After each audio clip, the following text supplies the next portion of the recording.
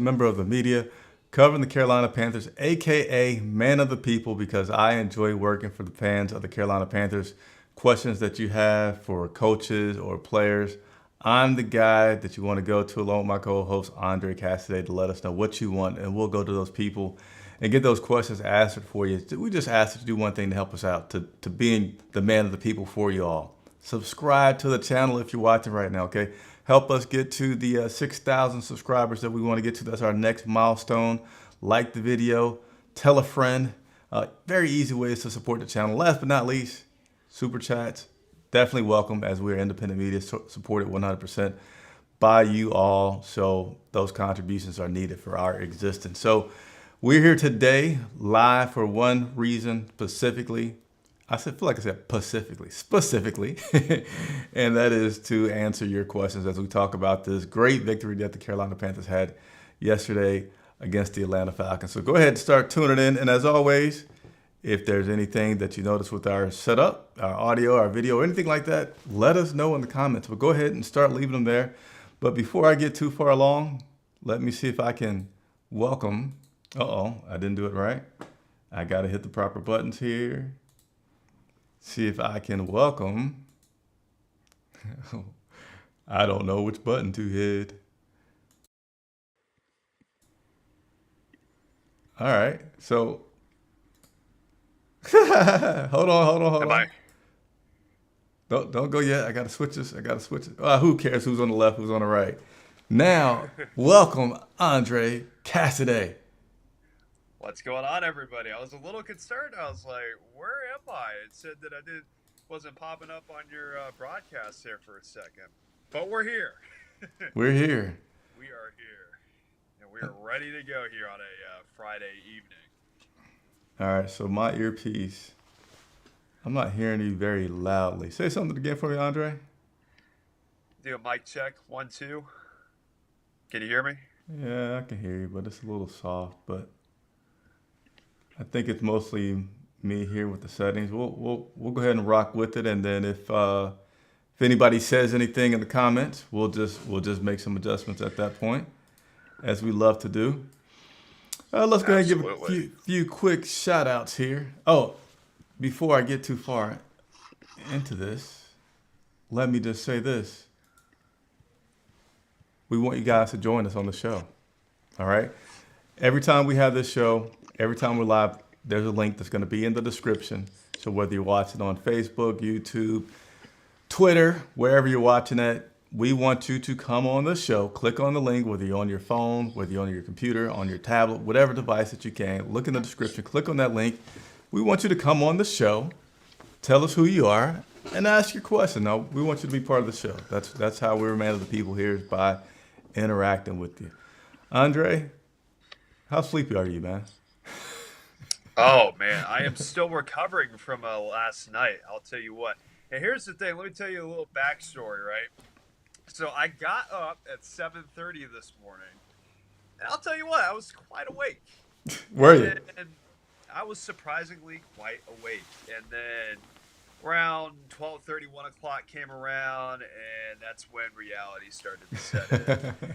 And yeah, it was not a good situation. But, we're toughing it out here. And probably whenever we get done with this, I'll probably take a little cat nap or whatever. Nonetheless, it did help that we were able to get a win yesterday. So it made,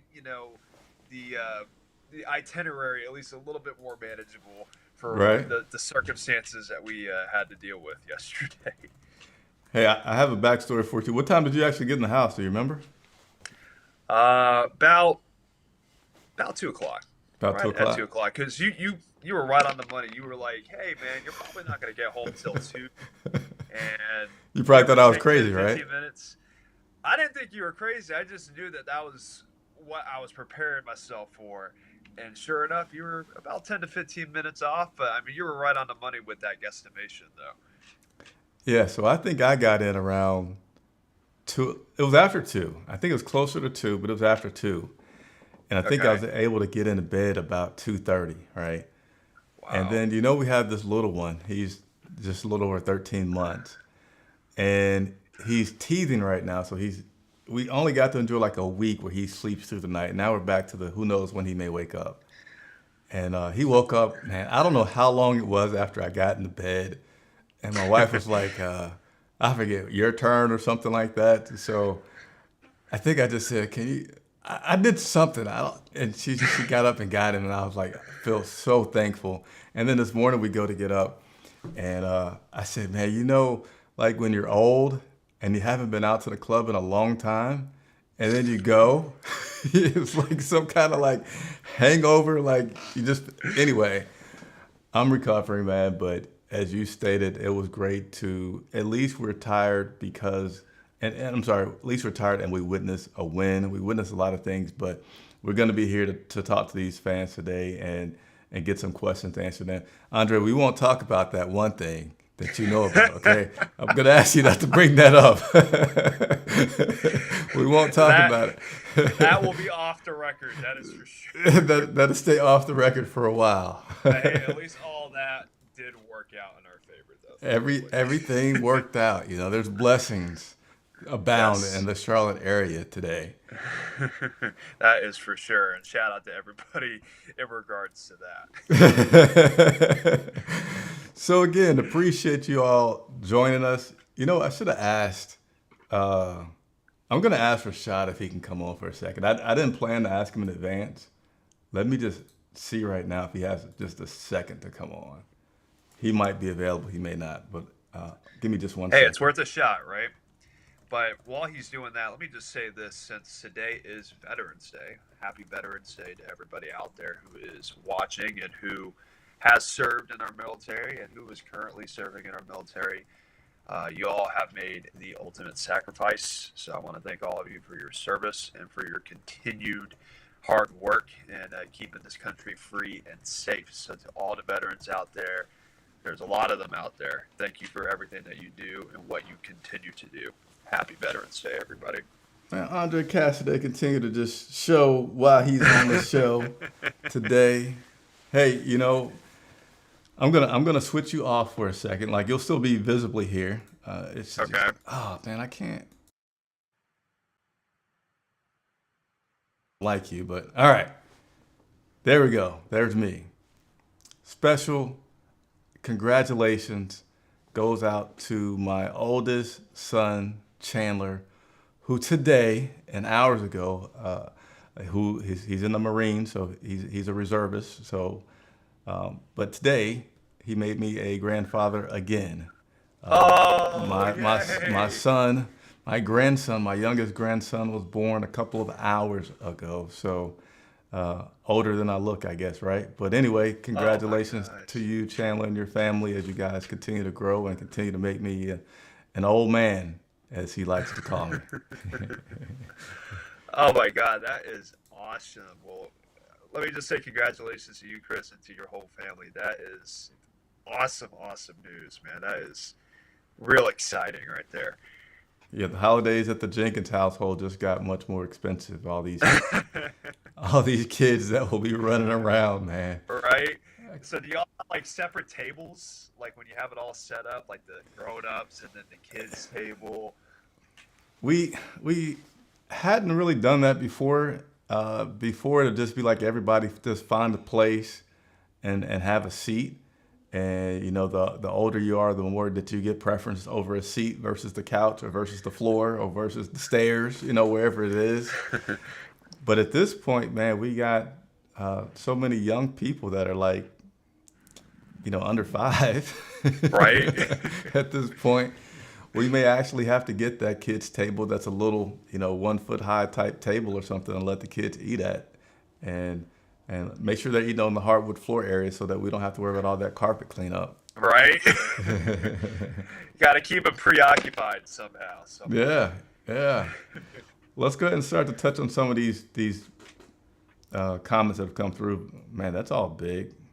That graphic's huge. We're going to have to mess with the graphics. But Vo says, what's going on? Appreciate it. Man, these graphics are all over the place. We need a graphics guy. I'm just kidding. I mean, I'm not just kidding, things, but right? I'm just saying, like, we're going to make it. Anthony Logan, happy Veterans Day. Keep pounding. Appreciate you, Anthony Logan. Thanks for Chris tuning in. Johnson saying what's good. Man, this is a lot good. The Carolina Panthers won last night. That's A pretty lot of good. good. Yeah, a lot of good. And hopefully they can keep it going moving forward. As they treat this as like a mini bye week just so they can get healthy. That's the other part of it, too. I know there's a big injury that we'll talk about later on here in the show involving Dante Jackson, but this is really their opportunity to rest up and get ready for Baltimore next week. Yeah, some of these guys, unfortunately, a weekend will not be enough for them to get healthy. Multitasking over here. Mm-hmm. And let's see. Let's keep on going through some of these comments that are on here. The win felt amazing, says Rodney. Let's go ahead and jump into it. Ali Bodrick, Mm-hmm. he already saw it. Do you think Dante Jackson, spelled incorrectly, but trust me, I'm not giving you a hard time because if you watch this broadcast, you know we make some mistakes. But Dante Right. Jackson, do you think Dante Jackson will be traded in the offseason? So let's go ahead and talk about it. Do I think Dante Jackson will be traded in the offseason? I don't know how much interest we've gotten in Dante Jackson at this point. I'd have to do some digging there. And he has been pretty banged up the past couple of seasons. So if you trade Dante Jackson, who just got a new contract, I think that's where it gets into being pretty tough. His contract takes him through, is it 2024? I forget the amount of. Let me see if I can quickly find the amount of his contract with the Carolina Panthers for you guys real quick. He signed a 3-year, $35 million contract. So that's for Oh, about boy. 12 million a year. So with that being such a new contract and you're talking about a guy who's had some injuries, then for me, in my opinion, I mean, you keep the phone lines open, but I don't think that it's going to be something that you're counting on happening with Dante. Then the other thing that you could do is cut him, but we're certainly not at a cut him type situation. To me, it's almost one of those, Murphy's Law. Like you like the guy, you had him, he was one of your own, you decide to keep him over some of the other guys. So, and he Yep. is a good guy, but he's just gotten the injury bug. So that's my 2 cents on it. Yeah, I think for me, looking at that situation, if they were going to trade him, I feel like they could have traded him this past trade deadline.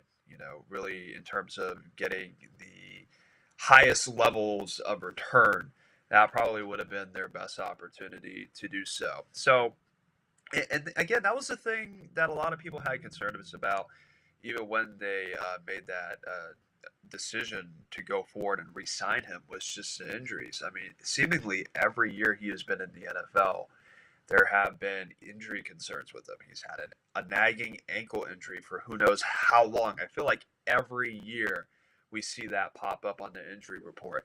And, to see him have a season ending injury and to hear about that whole situation with the Achilles, that's tough, man. I mean, because, he was having a pretty decent year. He was a little shaky last night, but then again, at the same time, like, how healthy was he? That was the other part of the equation that you have to factor in there. But it's tough to see a guy like him go down because he is a good dude, and he was somebody who they drafted a couple years back, and really came into his own. But he just can't stay healthy, and that's really the difficult part with him that I think a lot of people are still trying to get their grasp on. Yeah, you're right. I couldn't quickly find it, but I just know from being in the locker room that it has not just been 1 year. It has not just been 2 years. It's been at least 3 years that Dante Jackson will miss, and I'm just gonna guess at least 4 games that I feel like he missed. I mean, right now he's gonna miss 7 games, and last year I know they shut him down. You know how many games he missed last year? He was shut down last year, A right? good bit. Yeah, he was for a good bit. I can't remember the count off the top of my head, but it was for a good bit. Yeah, and this is a guy that I don't feel like he's not doing enough to take care of his body because I know a couple of years ago after an injury, I want to say 2 years ago because let's see, it would have been pre-COVID. So COVID was 2020, right? So Yep. 2019, it would have been that I was talking to Dante at his locker, and he was like, he's done so much to get his body right, not just focusing on one thing, just everything from eating, muscles, nutrition, flexibility, just like he just named everything, just like trying to have his overall every part of my body just be as healthy as can be, and he's still getting dinged up every single year, but definitely sad news there. Dante Jackson will be out for the year. And you wonder how this team is going to be able to react with him being out. And I'm starting, Andre. You can tell me your 2 cents, but I'm starting to think that I may not need to be so pessimistic when we get injuries. Say, oh boy, what's going to happen? Because I feel like right now Steve Wilkes is starting to put a good mark on this team where they're able to. I'm gonna take your word, play through resiliency Yeah. and overcome and just be competitive no matter who's out there. And I think this injury will also give guys like Keith Taylor and Miles Hartsfield more opportunities to be on the field. And it also gives J.C. Horn really more reps potentially as our number one corner. So we'll truly get to see how J.C. Horn can adapt to being that number one guy at that corner spot. And he's really held his own as the slot corner because that's where he played a lot of his snaps over the course of the season is that nickel third corner.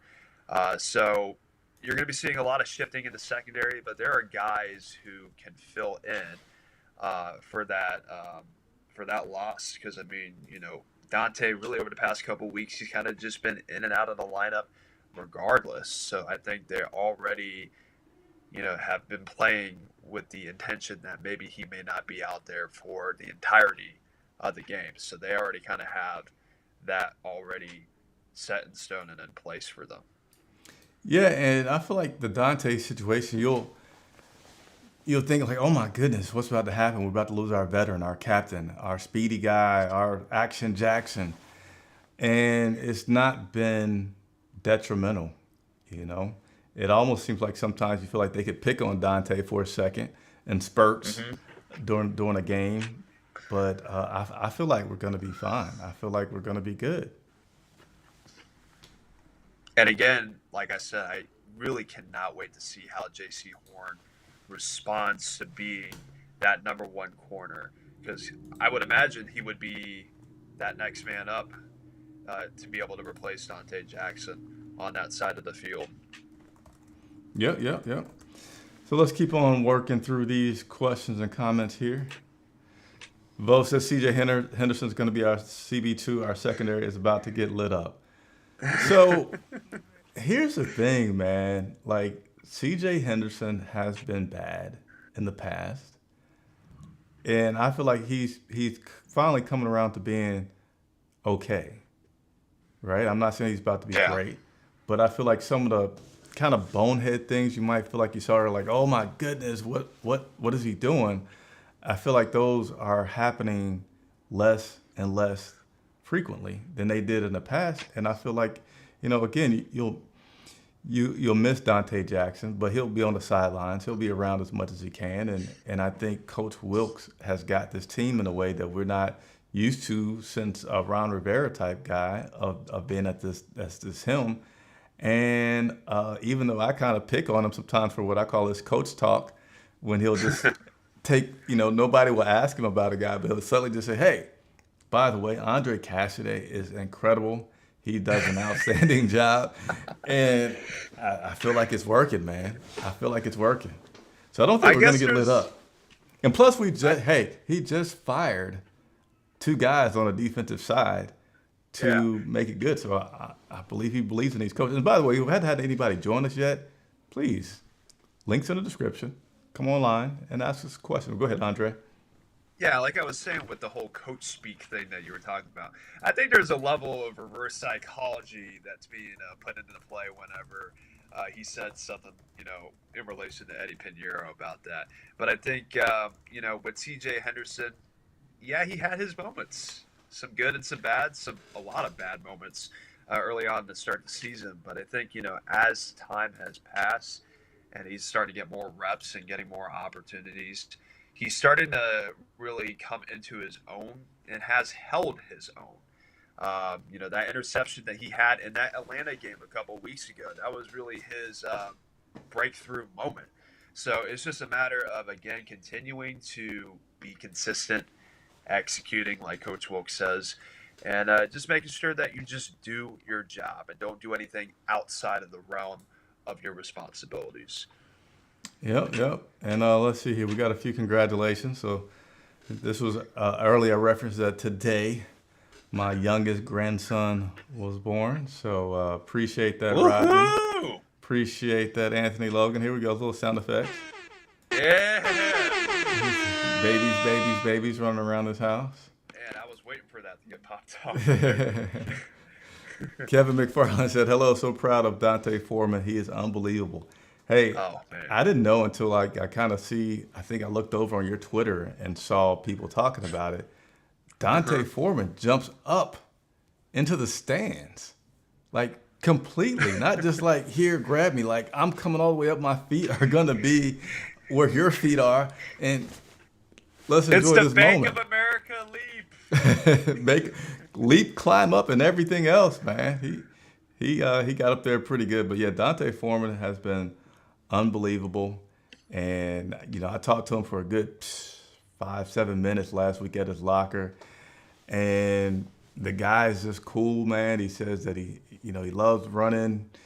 He does feel like, as the game goes, he just feels like you just get more and more into it, for lack of better words, Right. And he says, like, yeah, as you have success, you just kind of get sniffing and you want more success, and then you want more success. He says, no, I don't really feel like guys ever try to get tired of me and say, oh, well, here's that man coming, let me get out the way. So it doesn't really feel like that happened. They have a job to do. He has a job to do. But he just says he really relishes in those moments of that contact and that physicality, and you can't stop me. I feel like he had a DJ moment that was, fortunately he didn't take off his hat, but he was so hyped that he gets all the way into the stands. But he's had 200-yard games in four weeks, right? I believe so, yeah. Yeah. And I think ironically in both of those games he's had 118 yards rushing.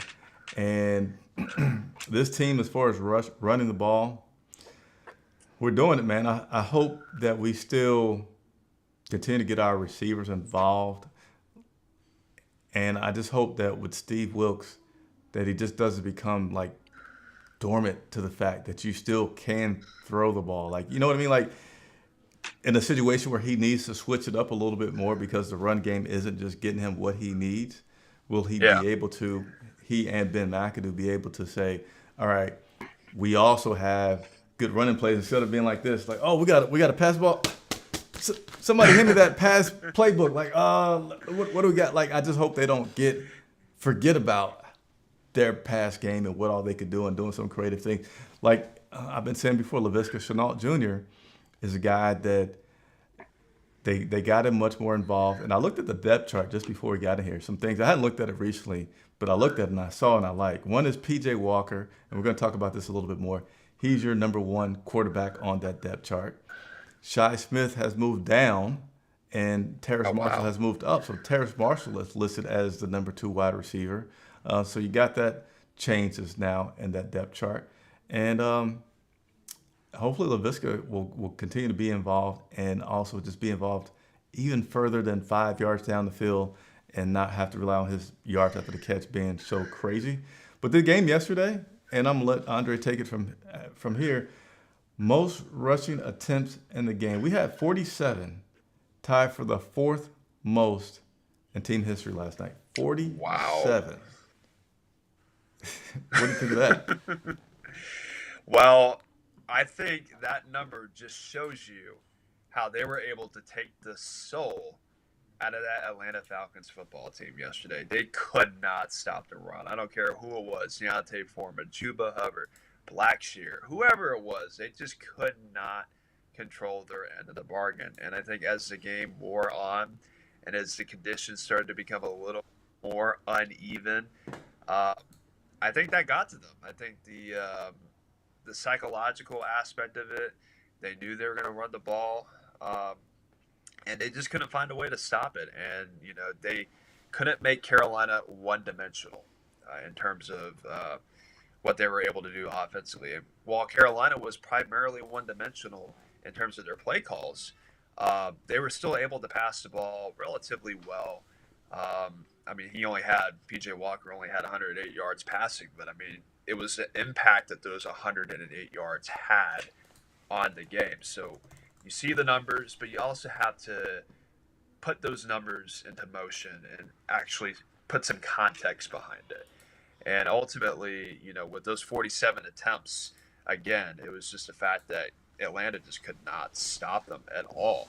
Whatever they did, it just did not work. And you have to credit the offensive line for their ability to do that as well.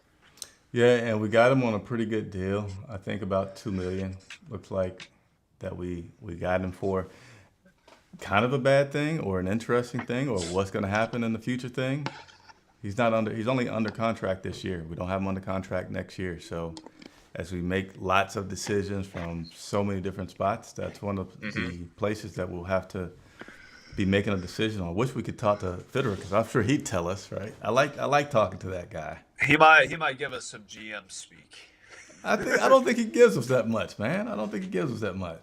I will say for a general manager, he is pretty blunt and pretty straightforward. I mean, you don't really hear a lot of the whole filler answers. Like if he gets a question, he will dissect it and actually be, really detailed in his response. So there's that for you, at least. Yeah, that is true. So let's continue to move through some of these comments here. Rodney, this is earlier when we were talking about the Dante Jackson. Said at this point he is too injury prone. He's probably should be traded. At least listen to some offers. Yeah, I think at this point that's the best that you can do is listen to some offers.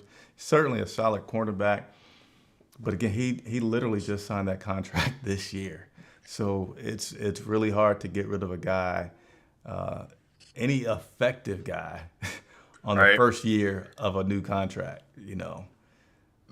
That's when they're getting paid the most. Mm-hmm. Yeah, that's what's going to hurt his trade value, too. I mean, if they would have made that decision before last year, he probably would have had at least something in return. I feel like all he could really get right now is maybe a 4th or a 5th round draft pick. Mm-hmm. That'd be my guess. But that's probably all you're going to get in return for him if they do decide to go that route. Bo says we need to lock up Bozeman long term. Our run game completely changed once he replaced Pat Elflein along with Foreman.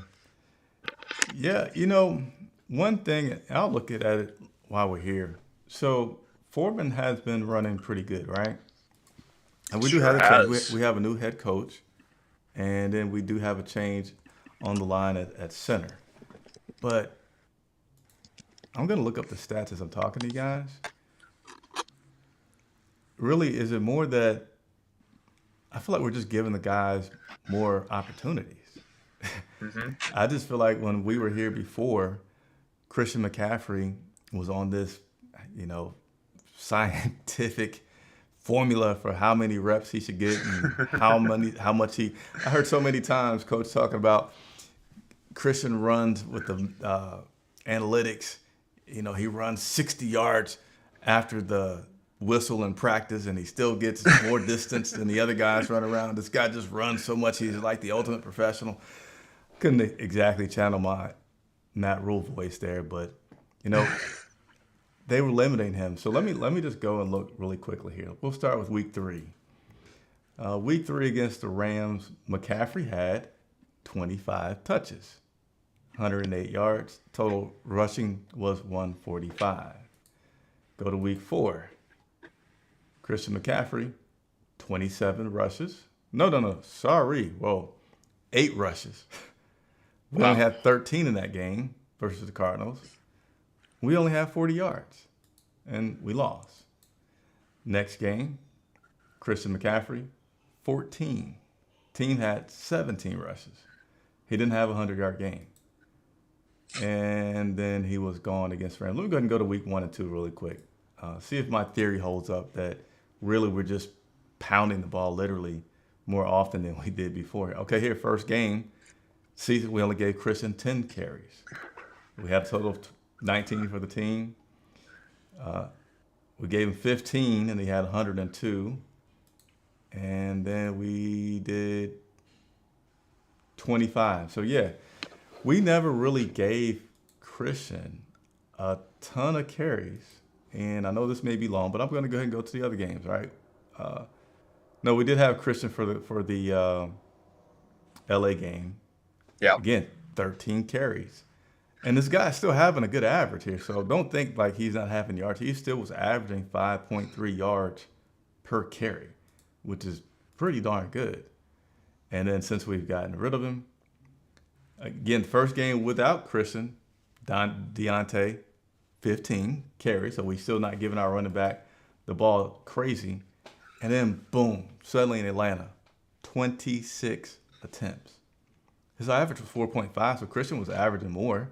And that game I mentioned before, 26 carries. The team had 36 total.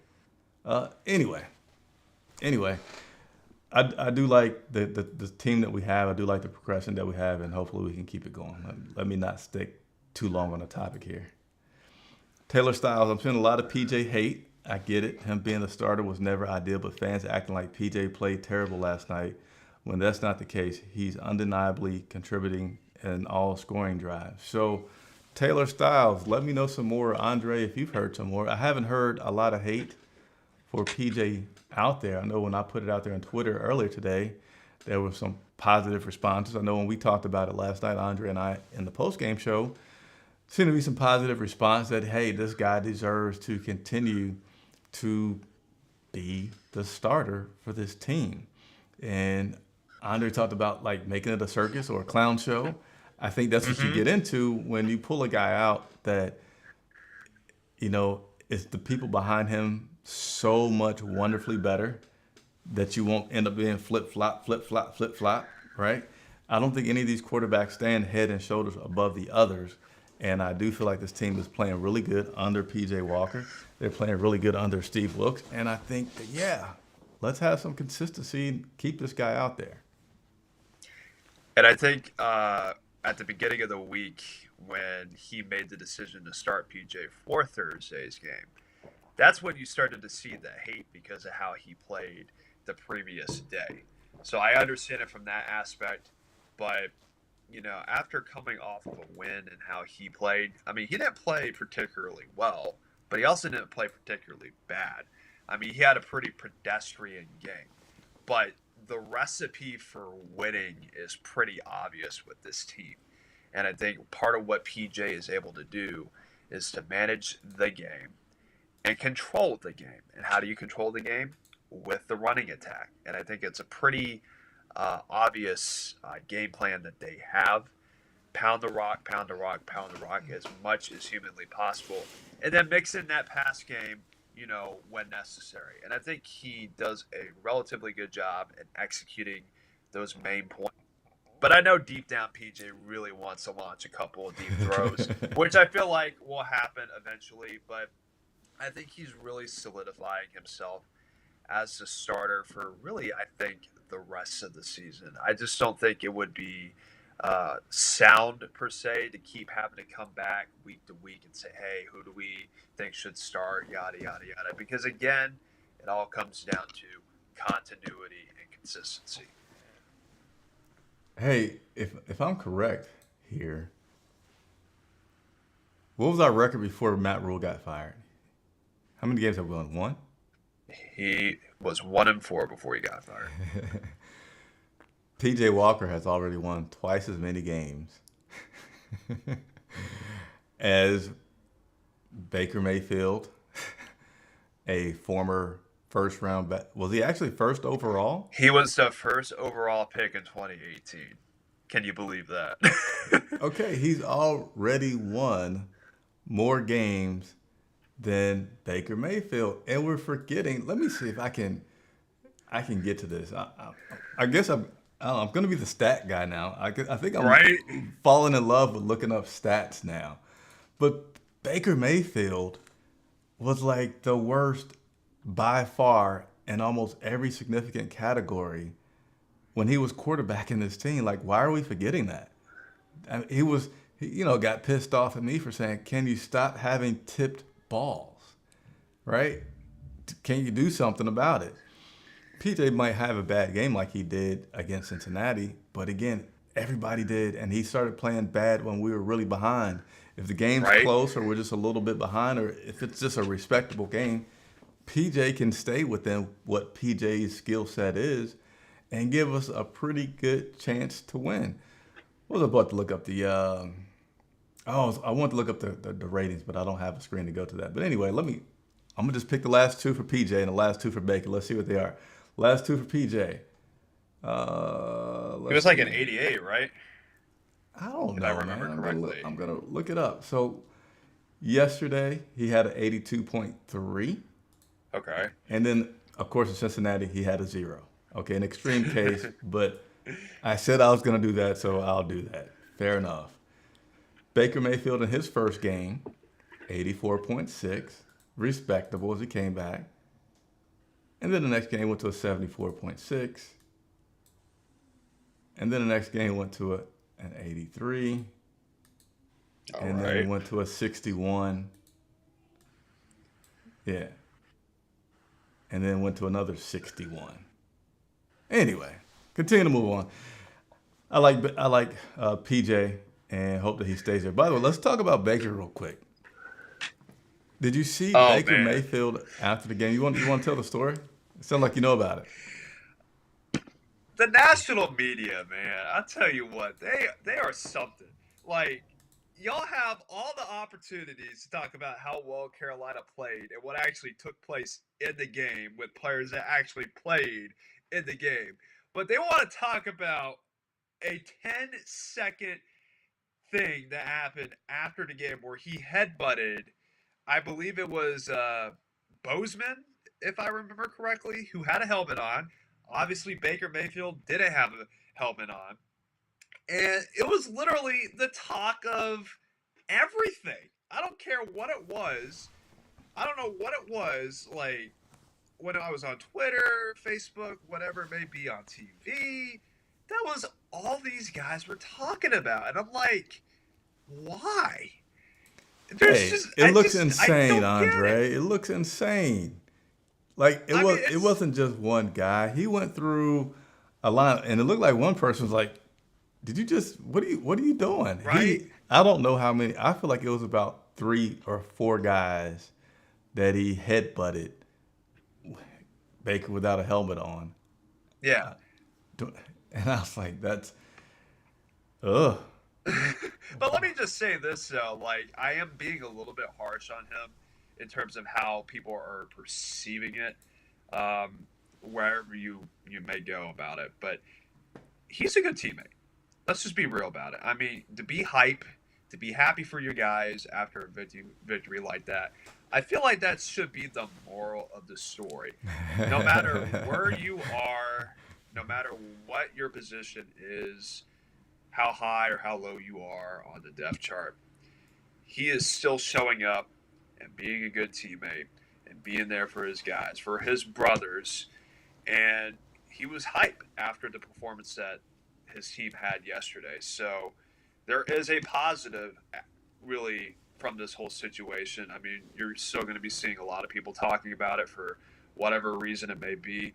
But the way that I interpreted it is that he's being there for his guys. He's being a good teammate, being a good leader, even though he may not be the starting guy for the team. So you got to give him credit for being able to do that. We'll give him credit. We'll give him credit. Let's continue to move through some of these comments here. Rodney, YGM, Yetur Gross Matos, needs to be traded, cut. He can't tackle at all. I feel like He had Coach a said I couple. have to go back and watch film. It didn't jump out at me yesterday when I was watching the game. Do you have any comments on that one, Andre? Did it jump out to you Yeah, at all? he had a couple of opportunities where he could have sacked Mariota. I can think of at least three chances where he had a clear shot to get Mariota, but he just couldn't. He just couldn't make the play for whatever reason. It just shows you how elusive Marcus Mariota is. I'm starting to sound like that The that guy in the guy in press the press box. box. Mariota. But yeah, it just shows you how elusive he is. But to Yetur Gross Matos, he's got to make those plays when those opportunities are there for the taking. Yep, he does. He does. Again, I don't have any firsthand comment on it, so I got to be an honest guy with you and say I don't know instead of just guessing like, yeah, you're right, and then look at like that's wrong. I'm not gonna be that guy. I'm not that guy. I'm an honest guy, Right. which is I think why you guys like Andre and I, because we're not gonna pretend we know something or have some information that we do not have. Exactly. Exactly. Anthony Rochelle says, I'm already looking forward to next season. Okay. Why? Okay. Why? I mean, Why, Anthony? I don't know why. In a good way? Could be a good way, right? We'll see. guess. Anthony, follow up with us. Let us know why you're looking forward to next season, and then we'll determine what we want to say based off of that. Taylor Styles, I don't know, man. It looks to be that CJ is getting smoked the past 3 games. At first I got to hesitate because I'm like, you talking about me? You talking about me? You're talking about CJ Henderson, though, not Chris Jenkins of Charlotte Vibe, a.k.a. Man of the People. But CJ Henderson, again, I feel like he's doing all right. Let's continue to go through some of these comments here. Look at this person here. Uh-oh. This is Cam. Quiet game for Brito Burns. Man, we got some trouble in the comment section right here. So, he said the phone was messed him up. He said it was a quiet game. This Cam, Brian Burns, bad phone. Cam, as you try to correct yourself, it even confuses me a little bit more. But I'm gonna guess that that's my middle child saying that it was a quiet game for Brian Burns yesterday, and I would say perhaps it was a little bit quiet. But Brian was also coming off of a little injury on a short turnaround. He played Sunday, then 4 days later, he's out there playing again. But what'd you feel? You feel like it was a quiet game from Burns last night? I mean, he did have a sack. So, I mean, there was that. I mean, he was able to at least get to Mariota last night. But, I mean, he had a typical game. I wouldn't say it was quiet. Yes. I mean, it felt like, and a lot of the time with him, he does a lot of his work in silence. Kind of like DJ Moore, just with the persona. I mean, you look at the stats and you're like, dang, he's got all these numbers. And then you're like, did that actually happen? And it did. So I think with him, he may not be the most impactful guy in terms of like all the noise and all the banter, but he does some good. And I felt like he had a pretty good game last night. So did the D-line as well, as a whole unit. Yeah, I'm trying to look up something, so I'm going to let you get into the comments here, Andre. Leave you on for a second. But someone said we need to feed DJ more. I'll let you take that one for a second. Yeah, so I feel like that's been something that we have been saying all season. We're waiting for that one breakout game. And I guess that one breakout game was the Atlanta game in Atlanta. Because really, to be honest with you, that was our best offensive performance. One breakout game? Yeah, so I think for everybody, they just want to see consistency out of the pass game. And they want to see more opportunities. And we've been saying it. We're still waiting for that to happen. So balance is something that will be stressed, I think, moving forward. And DJ Moore is that number one guy. And you want to be able to see him get those opportunities when they are presented. And I know he does as well because he's a playmaker. He wants to be able to make those plays and be in position to make those plays. So definitely for sure. And I think that will be a focal point moving forward as the season moves along here. Yeah. As I come back here on the screen, let's see if I can hit my buttons correctly. Yeah, DJ Moore, man, I want to see more of DJ Moore. Yes. And I think that's where, as fans, you kind of get twisted in terms of your excitement with this team, right? Because at some points in the game, like the first maybe half of the game, you're like, yeah, we're winning, but it's not exciting. Like, oh, yeah, we're winning. We scored a touchdown. Because you're not seeing, like, explosive plays too often. because we're not throwing the ball down the field. We're throwing the ball short. So I think people are right that Coach Wilkes or somebody in this coaching staff, Wilkes or McAdoo, doesn't always have the confidence in PJ Walker to let him throw the ball down the field. And I think that's the way that they're trying to minimize the risk of him having turnovers, kind of feeling like if we tell this guy no deeper than 20 yards, then we can control the possibility that he'll turn the ball over by allowing him to look downfield and go downfield. And I just hope that with the 4 games under his belt now, about to be a 5th game, that we know, we still got to, maybe at least in practice, I'm hoping at least in practice, they're still letting him throw deeper and they're trying to get post and go routes and the other things, stop and go routes, so that when they do get into the game where, like Cincinnati a couple weeks ago, I think that's where they really got hurt was, we're not going to start passing it too much yet. But when they get into a situation where they have to throw the ball, that they'll be competent in throwing the ball down the field. That's what I'm hoping for. Underground West said, let me see if I can get this on the screen here. Boom. Any updates on Chin returning? So we don't have any updates because the game was last night. And, of course, we knew Chin would not be activated. Today we had availability with the team. It was remotely done. And at that time, Dante Jackson wasn't known. Now, I don't think just because Dante Jackson is going to be out for the season that they're going to go and rush anybody to come back, right? And I feel like Steve Wilkes has been very good about caring for the health of his guys and make sure he just doesn't go and put them out there. So Chin is eligible to return. We're going to have somewhat of a long break. They don't go back to practice until Monday. That I think is a pretty good possibility we'll start to see Chin back versus the Baltimore Ravens. But we won't get a chance to get any information from the team about that until this Monday coming up.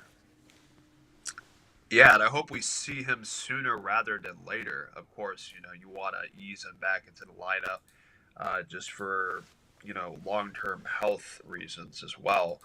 But he's such a big part of what we do defensively. I mean, he's such a versatile player. He can play as a safety, as a linebacker. I mean, there's so many places on the field that you could put him in. And he just does everything so well for this team. So, I mean, you could say he's a do-it-all kind of guy on the defense, per se. But, I mean, this team really missed him out there. And I can't wait to see what he brings to the table whenever he gets back onto the field.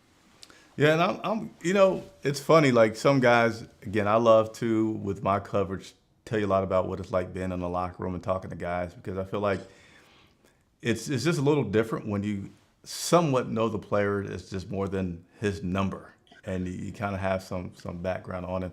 But Jeremy Chin, I've talked to him a few times now at his locker, and I haven't had anything to talk about because he's not been playing, but just seems like a really nice, genuine, cool guy, and a great football player. So I know I didn't just tell you anything much, but there's my thoughts. I mean, but it's a unique perspective, though, and that's something that you don't really see because that's all you see is the number and the uniform and him being on the field. So, it's that perspective that a lot of people miss with a lot of these guys, and they have to be considerate of that whenever you have these characterizations of these guys or these criticisms you may have. You always have to consider that perspective as well, the human element. Yeah, so like sometimes when a guy's struggling, you might hear me like Shi Smith. I'll bring it up. I'll say, "Man, I like that guy," but he's struggling, right? So you want to cheer for the guy even when he's not doing good. I haven't talked to C.J. Henderson, but that'll be another guy. Like, you still want to cheer for him. But I'll tell you, with Jeremy Chin, I went up to him. I said, "Hey, man, I've been seeing you around, but I hadn't had a chance to talk to you. My name's Chris Jenkins with Charlotte Vibe. Nice to meet you." He's like, "Hey, I'm Jeremy Chin." I'm thinking, really? You just introduced yourself to me? I know who you are, right? and if I didn't, there's a little name tag right behind you that says Jeremy Chin. But I just appreciate it. Again, you feel like he's a respectful man if he tells me who he is after I introduce myself to him. Like, I don't have any jersey with my name on it or any like cool videos that the Panthers team has made, but I appreciate it. So right. Good deal there. Let's see. Hmm. Taylor Style earlier, we were talking about the PJ Walker. They're saying that they've seen it on Twitter. Let's see here. Rodney W. Oh, let me go back to Chris John. He said, make sure you hit that like button. Yeah, so right now, I don't know how many likes we're at for this video, but if you hadn't hit the like button, Friday night, me and Andre are sitting here working for you guys because we know you want to talk about the Panthers. They won last night. Yes.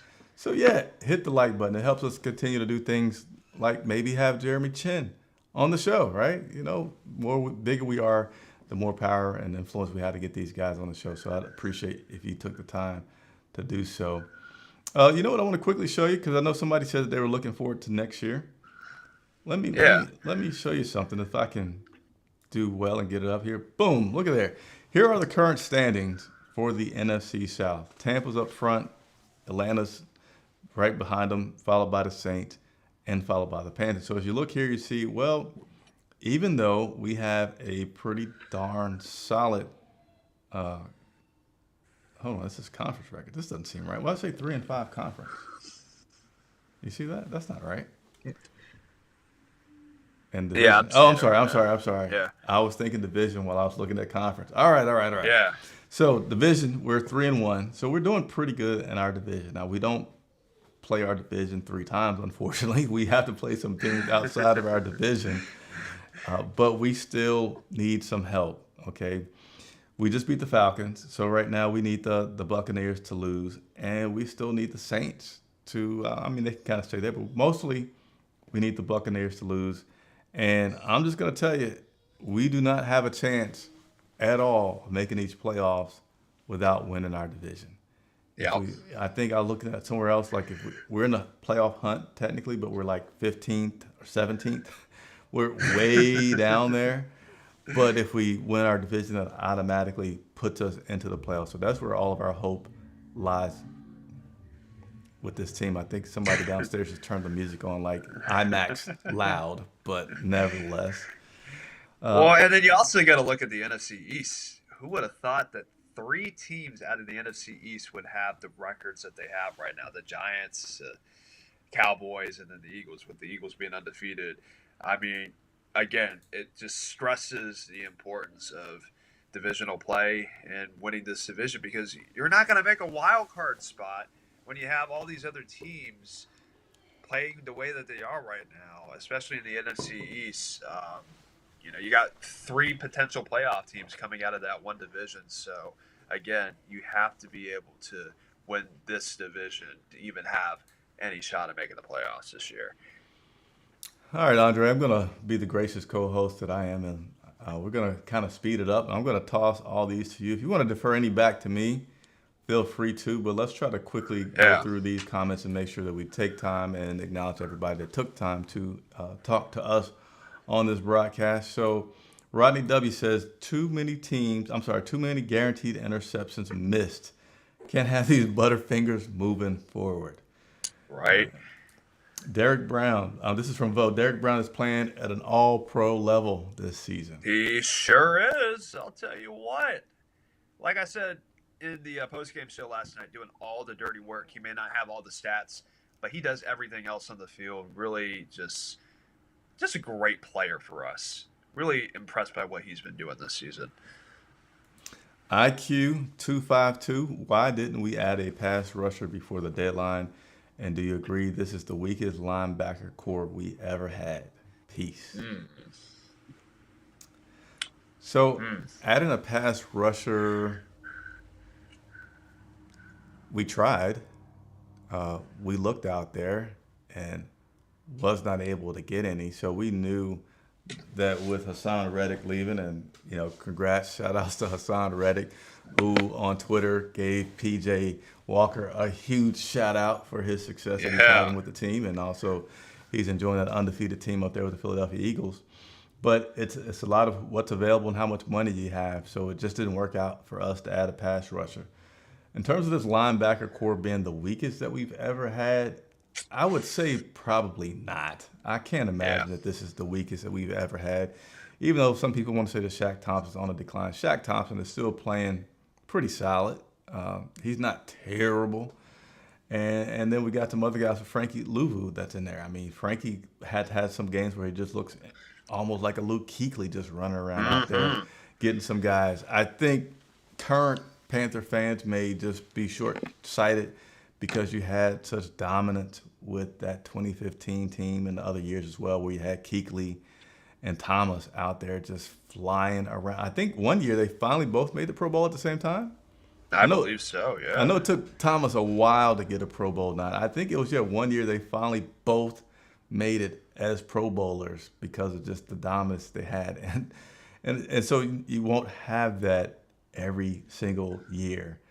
You will have a year where your linebackers are just kind of okay, and they flourish here and there. But appreciate you coming through IQ 252 with that question. And Underground West says, "Thanks, guys. Hey, you're welcome. We're here for you a lot."